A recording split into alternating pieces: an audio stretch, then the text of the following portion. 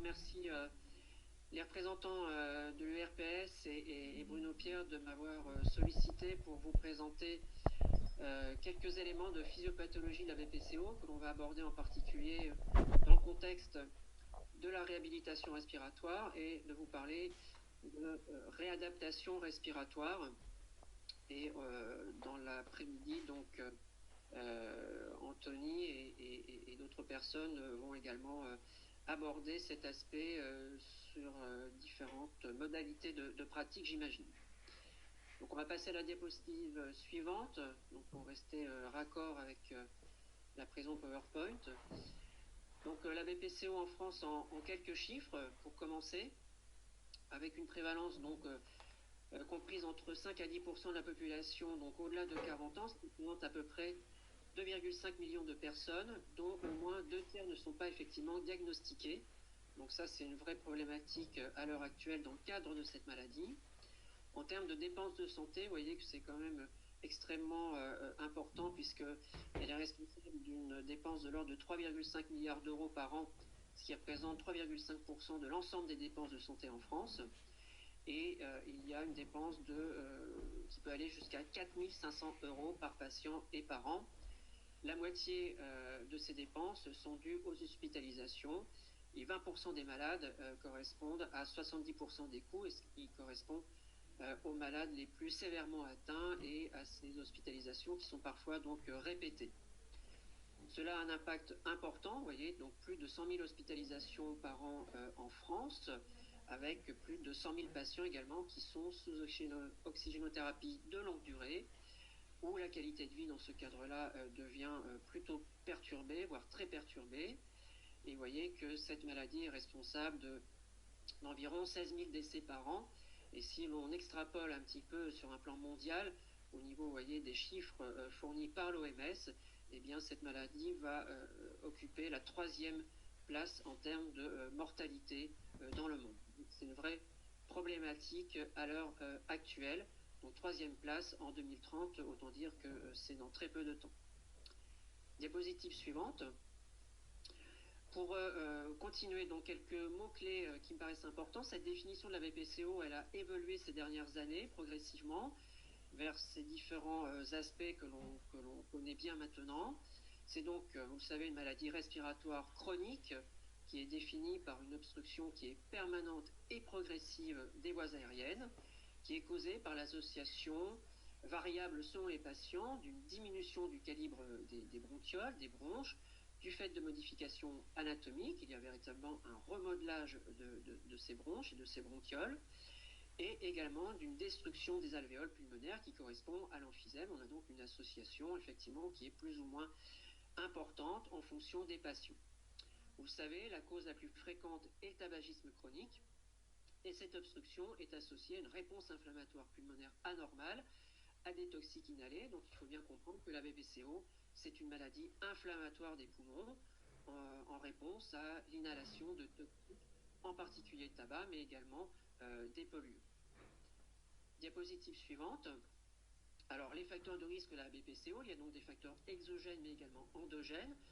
Donc le tabac qui est responsable à peu près de 80% de ces BPCO, qu'ils soient actifs ou passifs, plus ou moins associés de temps en temps au fait de prendre du cannabis. Il y a également des polluants professionnels, chimiques, organiques, minéraux, et également des polluants domestiques ou environnementaux qui peuvent concourir à l'apparition de cette maladie. Et donc, ces facteurs exogènes, ce sont les facteurs sur lesquels on va pouvoir jouer en termes de prévention. Il y a également des facteurs endogènes, tels que le déficit en alpha-antitrypsine, un petit peu confidentiel, mais il faut quand même y penser. Et puis, le sexe féminin, où l'on a effectivement peut-être un facteur de gravité plus important chez la femme par rapport à l'homme. Vous voyez qu'également, j'ai mis du côté exogène ou endogène le tabagisme in utero ou dans l'enfance, et du côté des facteurs endogènes, le petit poids de naissance ou la survenue de pneumopathie avant l'âge de 2 ans.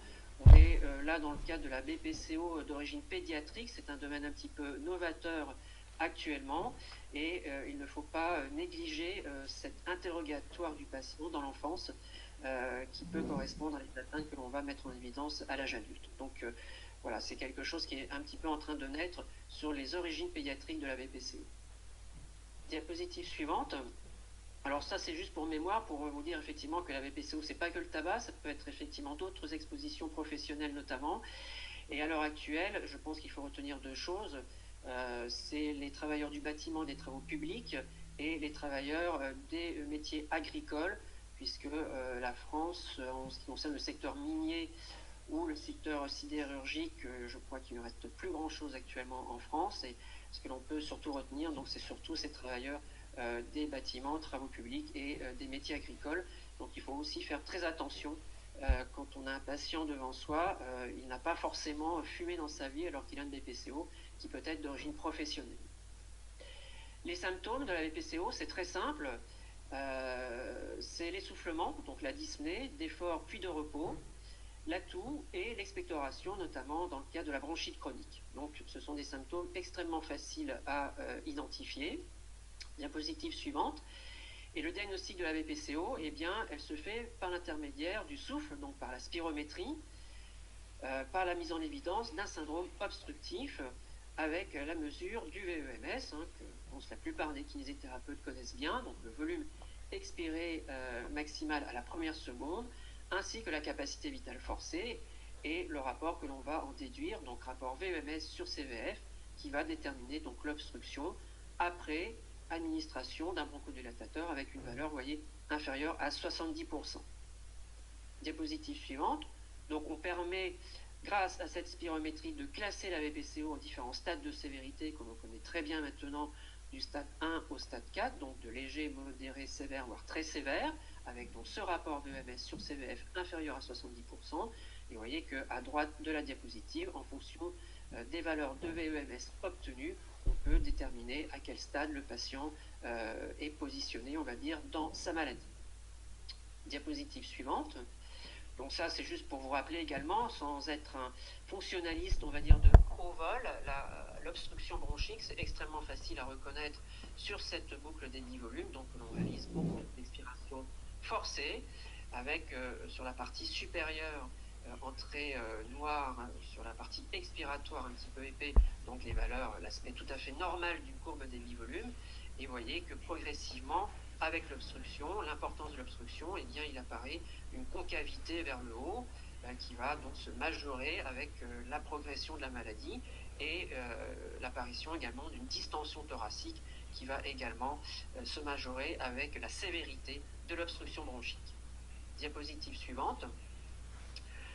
La BPCO, elle évolue de différentes façons, mais par quelque chose que l'on connaît bien, qui est représenté par les exacerbations bronchiques qui peuvent mettre en jeu le pronostic vital. L'évolution peut se faire progressivement vers l'insuffisance respiratoire chronique avec la nécessité de mettre en place une oxygénothérapie.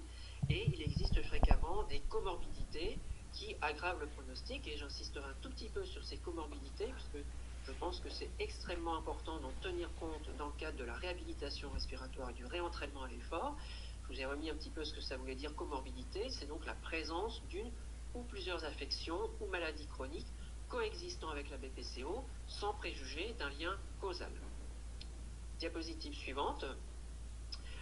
Pour revenir sur les exacerbations, elles ont un impact qui est extrêmement important puisque à moyen terme, voire à long terme, eh bien, vous voyez qu'après une hospitalisation pour exacerbation, eh bien, la mortalité est à peu près de 50%. Donc après une première exacerbation hospitalisée, à 5 ans, on a une chance sur deux quasiment d'être décédé. Donc c'est un facteur et un événement extrêmement important dans l'évolution de la maladie.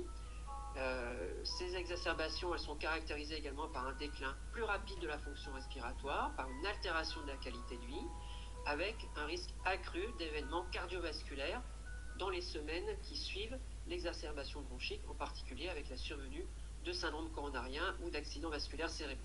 Et puis, également, le côté psychologique est extrêmement important puisqu'il y a un risque accru de dépression à la suite de ces différentes exacerbations. Diapositive suivante. Alors après avoir déterminé, effectivement confirmé le diagnostic par la spirométrie, après avoir classé en différents stades 1, 2, 3 et 4 en fonction des données spirométriques, la BPCO. On parle de stade Gold, vous voyez, qui correspond à la classification américaine, mais on retrouve exactement la même chose en 1, 2, 3, 4, selon le VMS.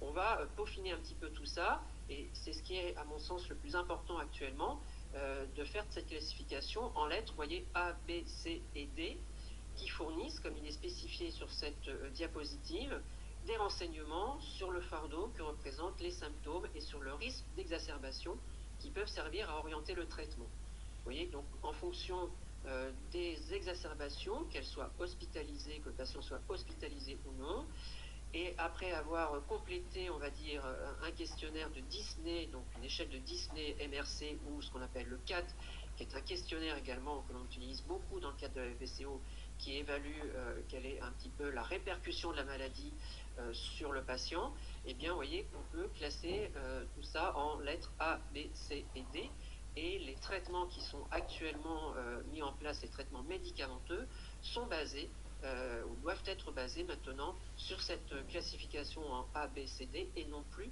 sur la fonction respiratoire en tant que telle, ce qui a été le cas pendant de nombreuses années. Diapositive suivante. Pour revenir sur les comorbidités de la BPCO, il est important de signaler qu'il existe des affections cardiovasculaires que l'on retrouve extrêmement fréquemment. En ce qui me concerne, sur les patients que je suis, je pense qu'à peu près 80% des patients ont des antécédents cardiovasculaires, que ce soit des troubles du rythme, que ce soit des problèmes de cardiopathie ischémique, d'insuffisance cardiaque droite et ou gauche, avec présence d'une hypertension éventuellement artérielle pulmonaire, ou également donc la présence d'une hypertension artérielle classique. Donc ces affections cardiovasculaires, je vais revenir très très rapidement, mais je crois qu'il est important de le signaler, elles sont vraiment présentes dans un grand nombre de patients, et il faut vraiment être très attentif à cela quand on fait du réentraînement à l'effort. Bien sûr, l'atteinte musculaire, on va en parler un petit peu, et puis la dénutrition, l'ostéoporose, l'anxiété, la dépression, le syndrome métabolique avec l'obésité, les diabètes, et également le cancer bronchique. Il ne faut pas oublier que le cancer bronchique peut aussi être une porte d'entrée directement dans la BPCO qui était méconnue ou pas connue de tout chez un type de patient. Alors les comorbidités, vous voyez, diapositive suivante, eh bien, on peut les représenter de façon graphique. Ça, ce sont les deux grandes publications qui présentent ces comorbidités, et cette représentation graphique est appelée comorbidome, vous voyez, avec toutes ces affections en fait cardiovasculaires. Je vous ai simplement remis ici la présence, justement, l'importance de l'insuffisance cardiaque et des maladies coronariennes qui sont bien présentes dans ces deux publications. Et vous voyez qu'il y a un cercle un petit peu en pointillé, que ce soit sur l'image de droite ou l'image de gauche. Et bien, plus on se rapproche du centre, et plus ce facteur associé à la maladie BPCO représente un facteur de mortalité. Et plus le cercle aussi en couleur est grand, et plus la prévalence est importante. Vous voyez, donc c'est quelque chose qui est vraiment bien présent chez nos malades BPCO, et j'ai envie de dire que la BPCO, c'est pas qu'une maladie respiratoire, il y a aussi des associations médicamenteuses qui vont être des associations de maladies, pardon, pas médicamenteuses, des maladies associées donc à ces BPCO qui représentent des facteurs de risque de mortalité indéniables et qu'il faut bien évidemment évaluer. Diapositive suivante.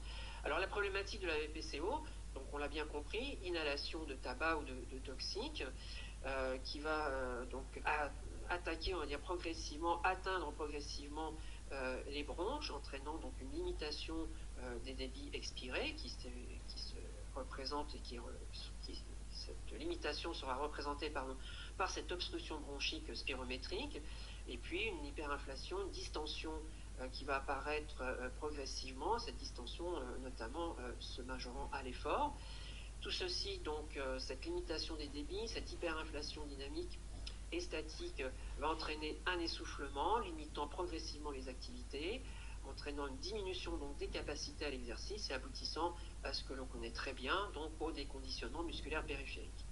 Mais vous voyez que en fait, l'atteinte musculaire est beaucoup plus importante que ce simple déconditionnement. Cela aboutit véritablement à une dysfonction du muscle squelettique, avec d'autres facteurs qui interviennent et qui vont attaquer entre guillemets le muscle, tels que la pression thérapeutique médicamenteuse, en particulier par les corticoïdes pris Péros, l'hypoxémie, l'hypercapnie, l'inflammation systémique. Je vous ai dit tout à l'heure que la BPCO était une maladie inflammatoire des bronches, mais cette inflammation, elle peut diffuser à l'ensemble de l'organisme, et en particulier au niveau musculaire, et la survenue des exacerbations qui vont également aggraver cet état musculaire. Donc aboutissant à cette dysfonction du muscle squelettique, en plus du classique des conditionnements que l'on connaît très bien. Diapositive suivante. Donc les atteintes musculaires de la BPCO, elles sont relativement bien décrites, avec une diminution de la force musculaire. Vous voyez ici mesuré sur cette représentation un petit peu en camembert en haut à gauche. Il y a également une atrophie musculaire au niveau du quadriceps. Vous avez ce qu'on appelle également un switch sur le plan des fibres musculaires, des fibres de type 1 vers les fibres de type 2, c'est-à-dire donc d'un métabolisme oxydatif vers un métabolisme glycolytique, avec une plus faible capacité oxydative, comme il est ici représenté en bas sur ce camembert. Et puis également, il existe des anomalies cellulaires au niveau mitochondrial. Donc vous voyez des anomalies musculaires qui sont le reflet du déconditionnement, mais pas que, également d'autres facteurs qui interviennent sur ces atteintes musculaires. Diapositive suivante. Et donc, dans la vie réelle, comment ça va se traduire? Et ça, c'est une présentation, publication extrêmement importante. Vous avez ici donc l'activité physique qui a été mesurée à gauche par un nombre de pas comptabilisés par jour, et puis à droite sur une autre façon de comptabiliser l'activité physique. Vous voyez que vous avez des contrôles, donc des sujets témoins, et puis vous avez les différents stades de BPCO, 1, 2, 3, 4, nommés ici donc GOLD 1, 2, 3 et 4, donc du stade léger au stade très sévère. Et vous voyez que ça aussi c'est une notion importante, parce que c'est pas parce qu'on a une atteinte modérée, sévère, voire très sévère, qu'on n'a pas une activité finalement physique ou un nombre de pas par jour identique à des sujets contrôle. Donc il y a évidemment des différences qui sont statistiquement significatives entre des sujets témoins normaux qui n'ont pas de BPCO et des sujets qui ont des BPCO, bien sûr. Il y a également des différences significatives entre les différents stades de BPCO, mais vous voyez qu'il y a un chevauchement qui est extrêmement important entre tout cela, et donc finalement, un patient sévèrement atteint peut tout à fait avoir le même nombre de pas qu'un sujet contrôle, ou avoir le même nombre, la même activité physique, on va dire, que des sujets témoins. Donc cela a un impact évidemment important dans la décision de réhabilitation. Heureusement, toutes les BPCO ne sont pas réhabilitées, il faut vraiment sélectionner les patients. C'est pas parce qu'on a un stade sévère qu'on a besoin d'être habilité. Il y a d'autres éléments qui vont nous indiquer, qui vont nous permettre de poser l'indication de réhabilitation respiratoire. Donc retenez bien un petit peu ce chevauchement entre les différents stades de la maladie. Diapositive suivante. Donc les enjeux de la prise en charge thérapeutique, c'est le sevrage tabagique, et je crois qu'on y reviendra dans le courant de cet après-midi. La lutte, bien sûr, contre le handicap, et là, ça va être aussi un point important dans le cadre de la réhabilitation, et puis la prévention des exacerbations. Diapositive suivante. Donc la réhabilitation respiratoire, c'est quoi? C'est une définition actuellement admise. C'est une intervention globale et individualisée, deux termes importants, globale et individualisée, qui repose sur une évaluation approfondie du patient, incluant, sans y être limité, bien sûr, le réentraînement à l'effort, l'éducation thérapeutique, vous le savez, et surtout quelque chose qui est pour moi extrêmement important et qui est représenté par les changements de comportement visant à améliorer la santé globale, physique et psychologique des personnes atteintes de maladies respiratoires chroniques, et à promouvoir leur adhésion à long terme à des comportements adaptés à leur état de santé. Ça, c'est vraiment, on va dire, le nerf de la guerre de la réhabilitation respiratoire, c'est d'arriver à ce changement de comportement, à se sentir donc bien par rapport à sa santé. Diapositive suivante. Donc l'indication de la réhabilitation respiratoire, c'est tout simple, c'est tout malade atteint de BPCO qui présente une dyspnée limitant les activités quotidiennes malgré un traitement optimisé. Et ça, c'est aussi extrêmement important. Il faut que le malade soit bien traité auparavant.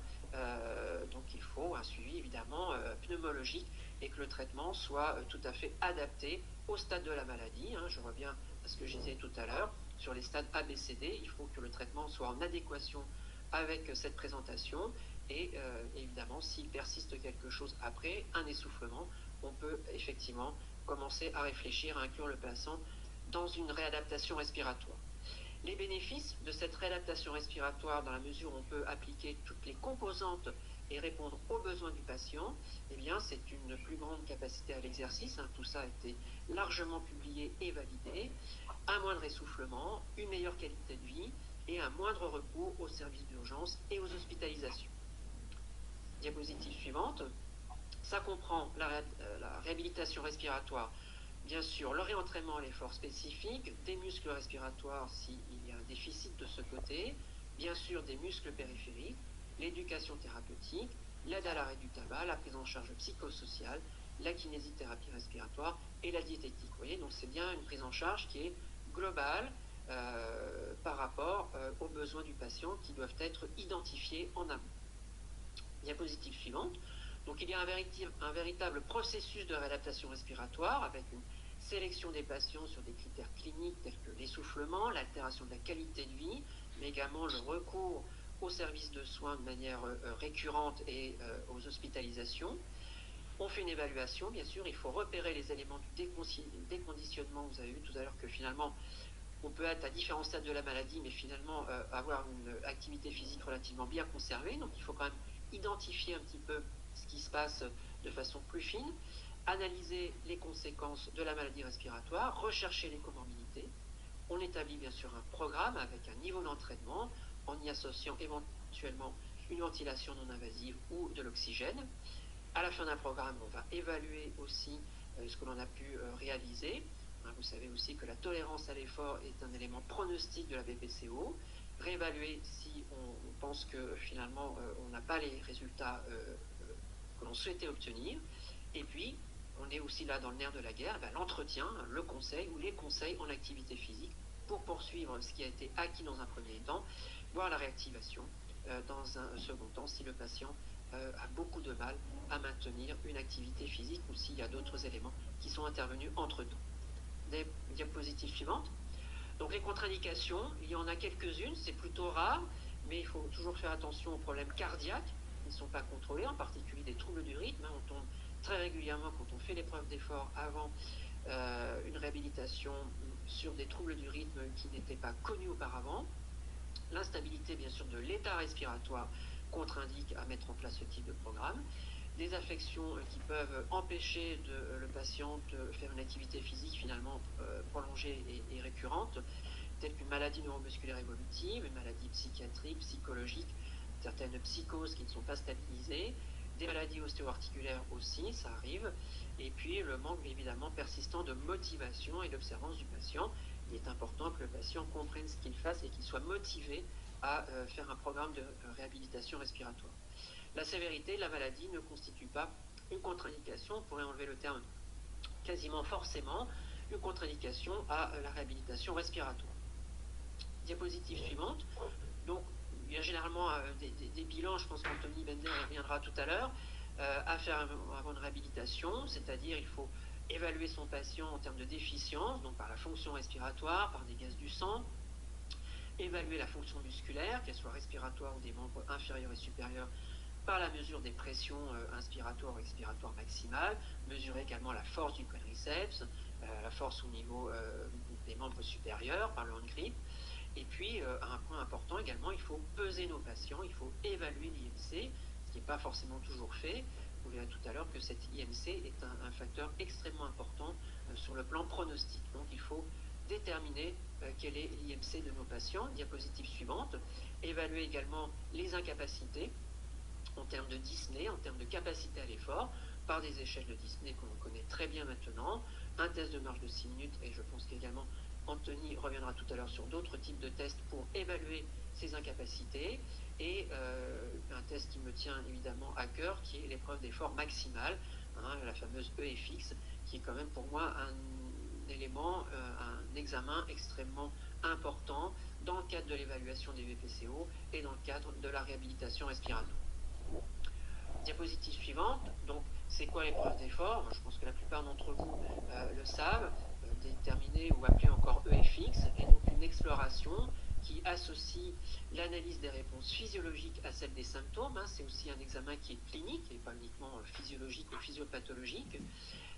telles que la dyspnée, la fatigue musculaire, induite donc par une augmentation de la demande métabolique au cours d'un exercice standardisé à charge croissante, habituellement donc réalisé sur cycle ergomètre.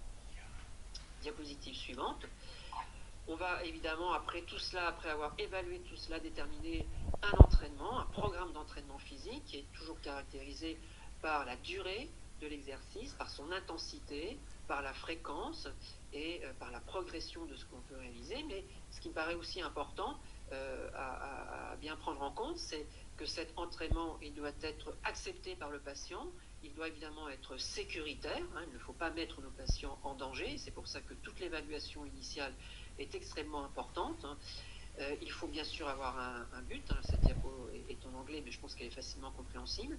Il faut bien préciser quels sont les buts avec le patient, et puis cet entraînement, on insiste toujours beaucoup là-dessus, il doit être individualisé, bien sûr, aux préférences du patient, et il faut également tenir compte des comorbidités qui ont pu être mises en évidence, en particulier au cours de l'EFX.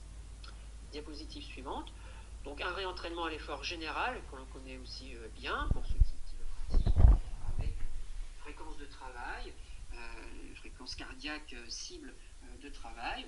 On peut travailler également au seuil oxydatoire, de l'ordre de 30 à 45 minutes par jour, 3 à 5 fois par semaine. Cet entraînement, il doit être adapté au goût, bien sûr, du patient, à la structure et à l'environnement du patient. Il doit être agréable, donc ludique. Vous savez, il peut être réalisé sur différents ergomètres. Et également, on peut réaliser des activités en milieu aquatique ou des activités plus ludiques de type loisir. Diapositive suivante. Sur la composante éducation thérapeutique de cette réhabilitation respiratoire, eh bien, on peut aborder effectivement extrêmement beaucoup de thématiques, on va dire.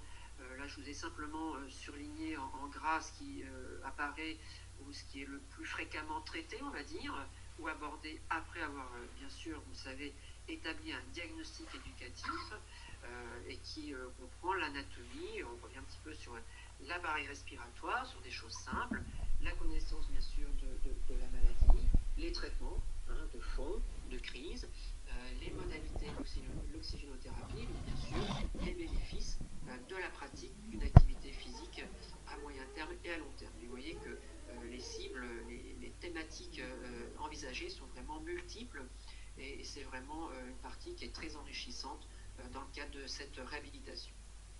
Diapositive suivante. Le sevrage tabagique, je passe très vite puisque je pense qu'on va en reparler après. Donc vous savez, ça fait quand même partie de la démarche dans le cadre de cette réadaptation avec le conseil minimal, l'évaluation de la dépendance, de l'état psychologique, de la motivation bien sûr du patient. Il est clair que certains patients nous disent que, écoutez, moi ça ne m'intéresse pas du tout pour l'instant d'arrêter de fumer. Donc il faut évidemment bien évaluer cette motivation à l'arrêt du tabac. On a maintenant quand même énormément de moyens pour accompagner ce sevrage tabagique avec les thérapies cognitivo-comportementales et surtout donc le suivi qui doit être effectué. Le patient, vous savez, ne doit pas être seul face à ce sevrage tabagique, il doit être accompagné par les différents professionnels de santé et donc il faut toujours être très attentif et suivre les patients qui ont entamé cette démarche de sevrage tabagique.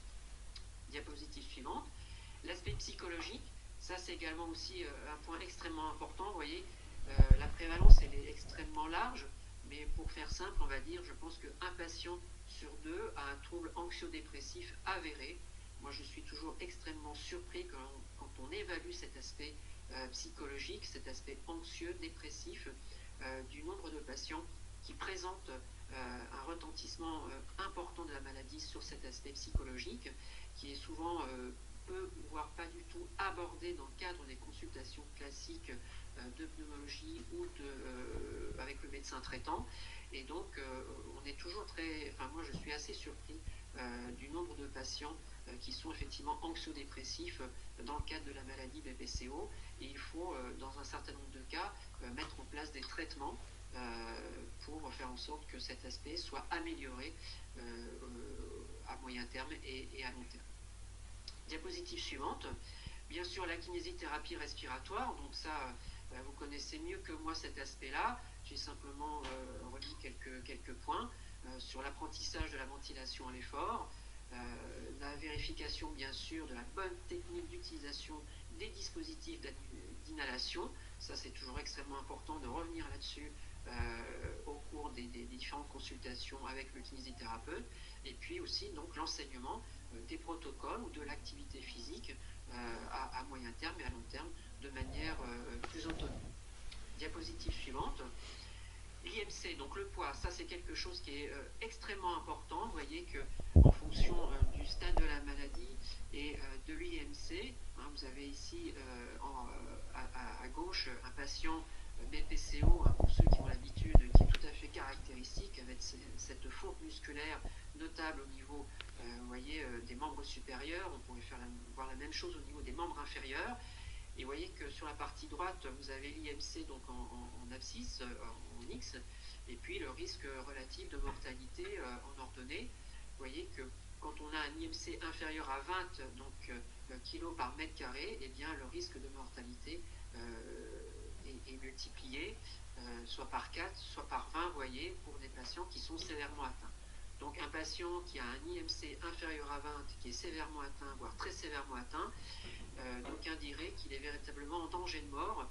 Et donc ces patients que vous voyez, que l'on a régulièrement, que vous avez la photo ici donc à gauche, sont vraiment en danger de mort. Il faut absolument prendre en compte l'aspect nutritionnel. Il faut également que le réentraînement à l'effort n'aggrave pas cette composante pondérale, et donc il faut essayer de mettre en place un petit peu des traitements ou des apports supplémentaires pour déjà que le patient ne perde pas de poids au cours de ce réentraînement, qu'il n'aggrave pas son IMC et qu'il puisse aussi améliorer son poids, en tout cas l'alerter par rapport à ça, parce que beaucoup de patients ne le sont pas forcément et trouvent que c'est finalement normal de maigrir avec l'âge. Non, c'est pas forcément normal. Il faut absolument évaluer cette composante pondérale et calculer systématiquement l'IMC chez nos patients et faire très attention chez les stades sévères et très sévères du risque de mortalité qui est considérablement augmenté. Diapositive suivante, et j'en aurai presque terminé, je pense que je serai dans les temps. Le conseil en activité physique, qui est vraiment encore une fois là le nerf de la guerre de la réadaptation respiratoire, que l'on peut baser effectivement ici sur les météquivalents. Je vous le rappelle, le météquivalent, c'est une consommation, c'est un indice ou un index métabolique.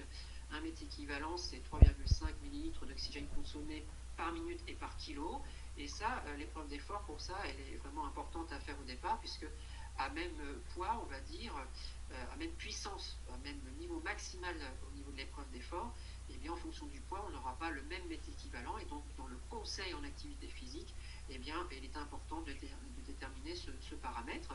Et donc, vous voyez qu'en fonction des météquivalents, on peut conseiller tel ou tel type d'activité, des activités quotidiennes, mais également de loisirs dans le maintien de l'activité physique. Donc là, on retrouve l'intérêt évidemment de faire une épreuve d'effort avant une réhabilitation respiratoire, ce qui va nous permettre également, bien sûr, d'aiguiller le niveau d'entraînement, mais également d'aiguiller quelles sont les activités, de conseiller les activités physiques à pratiquer à moyen terme et à long terme. Diapositive suivante. Donc vous voyez, les intervenants sont sont multiples dans le cadre de cette réadaptation respiratoire. Évidemment, un patient ne nécessite pas forcément toutes ces interventions, tous ces thérapeutes, mais certains patients nécessitent évidemment d'avoir des médecins, des pneumologues, les médecins traitants, des kinés bien sûr, mais également un tabacologue, un psychologue, etc. Donc il faut pouvoir répondre aux besoins du patient dans sa globalité, ne pas faire que du réentraînement. S'il y a vraiment besoin d'avoir un soutien en psychologie, d'avoir une prise en charge en tabacologie, d'avoir un soutien également, une évaluation diététique, je viens d'en parler juste à l'instant, et vous voyez que la notion de réseau et de coordination prend toute sa valeur dans le cadre de cette réhabilitation respiratoire, et je suis d'autant mieux placé pour en parler, étant également le président de la Fédération des réseaux de réhabilitation respiratoire en France, et cette coordination, pour moi, elle est extrêmement importante, de telle manière à fluidifier le parcours du patient sur ces différentes composantes de la réhabilitation. Diapositive suivante. Donc en conclusion, Vous voyez que la BPCO, c'est une maladie qui est globale, qui est complexe. Il faut oublier de penser que la BPCO, c'est une maladie respiratoire. C'est beaucoup plus large que ça. Bien sûr par l'atteinte musculaire, mais également par toutes les comorbidités qui peuvent y être associées, en particulier cardiovasculaires. C'est une symptomatologie clinique qui est relativement simple.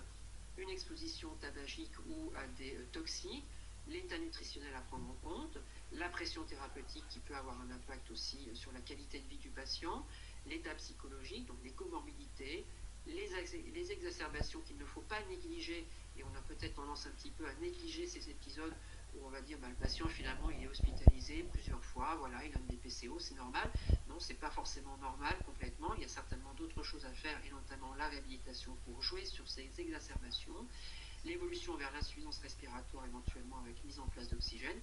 Et vous voyez qu'au centre de cette diapositive est positionné l'âge. On est amené maintenant, avec le vieillissement de la population, à avoir des patients au-delà de 80 ans, voire 85 ans. Et je pense que les objectifs sont aussi différents à cet âge-là que si on est à un âge plus... on est moins âgé, pardon. Je pense que les objectifs, évidemment, sont différents à 50 ans, 60 ans, 70 ans, par rapport à des patients qui sont beaucoup plus âgés, au-delà de 80 ans. Donc, dernière diapositive. En conclusion, donc, la prévention des facteurs de risque qui sont bien identifiés, le tabac dans la grande majorité des cas, des racines pédiatriques, ça c'est un domaine un petit peu novateur maintenant. Bien sûr, la pollution, l'environnement, on en parle beaucoup actuellement, qu'il soit professionnel, qu'il soit environnemental, un diagnostic sur des symptômes, bien sûr, des événements donc aigus de type exacerbation qui peuvent évoluer vers l'insuffisance respiratoire chronique, un impact majeur, bien sûr, en cas d'exacerbation répétée, en cas de mise en place d'oxygène sur la qualité de vie, des moyens très simples de diagnostic représentés par la mesure du souffle, donc la spirométrie, et puis une stratégie thérapeutique qui est bien définie, avec les médicaments bien sûr, et donc tout patient BPCO doit être bien stabilisé de ce côté-là, ou doit avoir reçu les traitements adéquats par rapport à la classification ABCD, je reviens, la réhabilitation respiratoire que l'on doit évidemment envisager chez tout patient BPCO s'il rentre dans le processus et dans l'indication, dans les indications, et l'éducation thérapeutique qui fait partie également intégrante de cette réhabilitation respiratoire. Voilà, j'en ai fini. Je vous remercie beaucoup de m'avoir donc invité à vous présenter toute cette partie. Merci beaucoup Rémi pour ce topo très clair et merci pour la performance parce que résumer en une demi-heure la complexité de cette pathologie de BPCO et puis en mettant en exergue effectivement l'aspect pluridisciplinaire qu'elle nécessite, multifocal, global de cette pathologie. J'ai une question à te poser du coup Rémi. Donc là nous sommes dans une instance pluridisciplinaire justement les URPS donc avec les médecins, les kinésithérapeutes, pharmaciens, infirmières, etc. Le dépistage de la BPCO aujourd'hui, est-ce que tu aurais des suggestions, des propositions à nous donner? Parce qu'on avait fait quelques expériences il y a quelques années qui n'ont pas forcément abouti et pourtant on pense que c'est quelque chose de très très important de dépister les patients au stade précoce. En médecine de ville, qu'est-ce que tu pourrais nous suggérer? Quels professionnels montrent le plus leur activité dans ce domaine? Est-ce que tu peux nous éclairer là-dessus pour que nous, ensuite, en pluridisciplinarité, on puisse travailler, continuer sur le dossier, enfin, en tout cas, si ça a un intérêt déjà.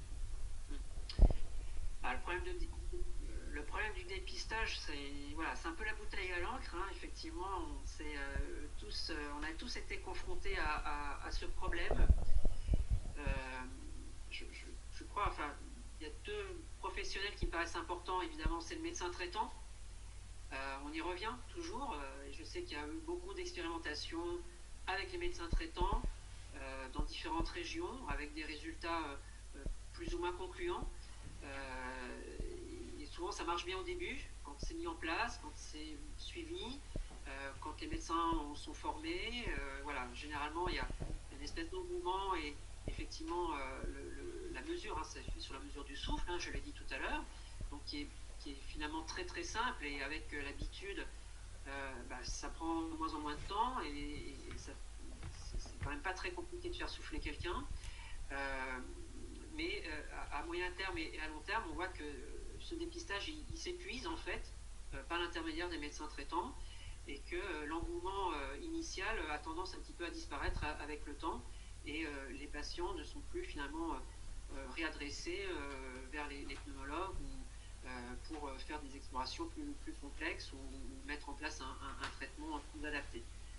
Néanmoins, ça reste la cheville ouvrière du dépistage, puisque en plus ce sont des patients qui sont bien connus, bien souvent donc tabagiques, pour lesquels il n'y a jamais eu de mesure du souffle fait auparavant. Ouais. Donc ça, c'est dommageable, c'est dommage pour tout le monde, mais c'est dommageable aussi pour le patient, parce qu'il va évoluer dans sa maladie. Tu sais aussi bien que moi, c'est une maladie qui progresse d'une manière extrêmement torve, et quand on fait finalement le diagnostic à un stade sévère, voire très sévère d'emblée, hein, on ne fait pas le diagnostic à un stade léger ou modéré, le patient également, il est confronté à cela, et il ne comprend pas très bien qu'il arrive finalement à un stade de diagnostic quasiment dans la sévérité, voire peut-être quasiment dans l'oxygénothérapie, alors que voilà, ça n'a jamais été diagnostiqué auparavant. Ça aurait pu être évité, ouais. Et pour répondre encore à ta question rapidement, je pense, mais voilà, c'est pas parce qu'on est aujourd'hui à l'URPS, mais je pense aussi que les kinésithérapeutes, les patients, vous voyez, pas forcément pour un problème respiratoire, parce qu'eux, ils sont peut-être déjà identifiés, mais pour d'autres problèmes et qui sont tabagiques connus, ou qui peuvent avoir une exposition professionnelle connue, eh bien, je pense que c'est facile aussi pour vous, à un moment donné, de dire voilà, tiens, on va faire une mesure du souffle, voir un petit peu comment vous êtes, vous poser des questions simples. Est-ce que vous êtes essoufflé dans la vie quotidienne, tout simplement, si vous marchez, si vous faites vos courses, si vous, voilà, comment est votre respiration, et à partir de là, sur un tabagique connu, si on a déjà un petit peu des signes tels que l'essoufflement à l'effort, ça peut nous indiquer de faire cette mesure du souffle et de faire ce diagnostic. Oui, merci, oui, tout à fait. Donc en fait, il faut poursuivre les efforts pour effectivement continuer à dépister, détecter le plus précocement possible les premiers signes de BPCO, et ensuite pouvoir intégrer le patient dans un parcours de soins clair, identifié. Et écoute, on va y travailler, c'est promis. On va poursuivre nos efforts. Merci beaucoup, Rémi. Tu restes peut-être avec nous. Il y aura peut-être des questions internautes tout à l'heure après l'intervention de Monsieur Bender.